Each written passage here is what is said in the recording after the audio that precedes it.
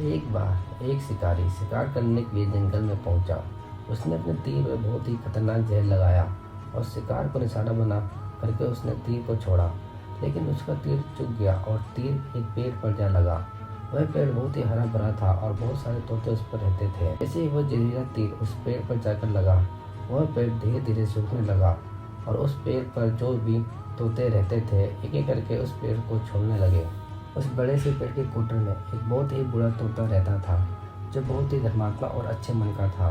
सभी तोते उस पेड़ को छोड़कर जाने लगे थे, लेकिन वह बूढ़ा तोता जाता था, दाना लेकर के आता और उसी कोटर में आ करके बैठ जाता था, परंतु उस पेड़ को छोड़ने को तैयार नहीं था। बूढ़े तोते के साथियों ने कई बार आकर के उसे समझाया कि ये पेड़ सूख रहा है और किसी दिन गिर भी जाएगा, चलो किसी और पेड़ पर चलकर रहा जाए, परंतु वह बूढ़ा तोता वहाँ से जाने को तैयार नहीं हो रहा था।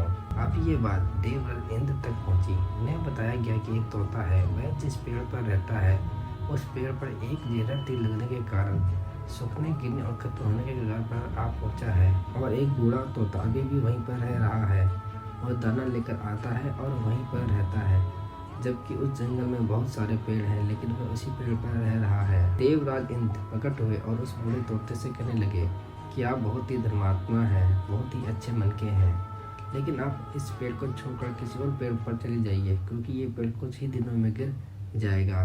तालाब के पास में बहुत से बड़े बड़े हरे भरे पेड़ हैं, बड़े बड़े कोटर हैं, उन पेड़ों पर फल भी लगे हुए हैं, उन्हें वहीं पर तोड़ कर खा सकते हैं, परंतु यहाँ से आप चले जाएं।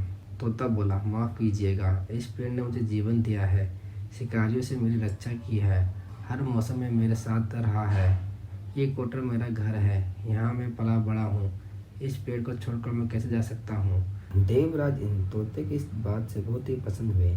उन्होंने तोते से कहा, मैं आपकी इस बात से बहुत ही खुश हूँ, मांगो जो आपको मांगना हो। उस बूढ़े तोते ने कहा, मुझे बस इतना मांगना है कि जिस पेड़ ने मुझे जन्म दिया, जहाँ मैं रहा पला बड़ा, जिसे आप मेरा जन्मभूमि भी कह सकते हैं, आप इसे फिर से वैसे ही हरा भरा कर दो जैसे यह था। देवराज इंद्र ने अमृत से उस पेड़ को सींच दिया और पहले की तरह हरा भरा कर दिया। अब वापस से उस पेड़ पर आकर के बाकी तोते रहने लगे। वह बूढ़ा तोता कुछ समय तक और जिंदा रहा, फिर उसकी मृत्यु हो गई, फिर वह स्वर्ग में चला गया। ये कहानी हमें सिखाती है कि जब भी किसी इंसान का बुरा दौर आता है तो इमोशनली वहाँ टूटा हुआ होता है, उसे किसी के सहारे की ज़रूरत होती है, किसी की आवश्यकता की ज़रूरत होती है। अगर आप ऐसे समय में उसे छोड़ चले जाएंगे, उसे बात नहीं करेंगे, मुँह मोड़ लेंगे, तो आपसे बुरा कोई नहीं है, क्योंकि आप किसी के सुख का साथी बने या ना बने, लेकिन आपको हमेशा किसी के दुख का साथी ज़रूर बनना चाहिए।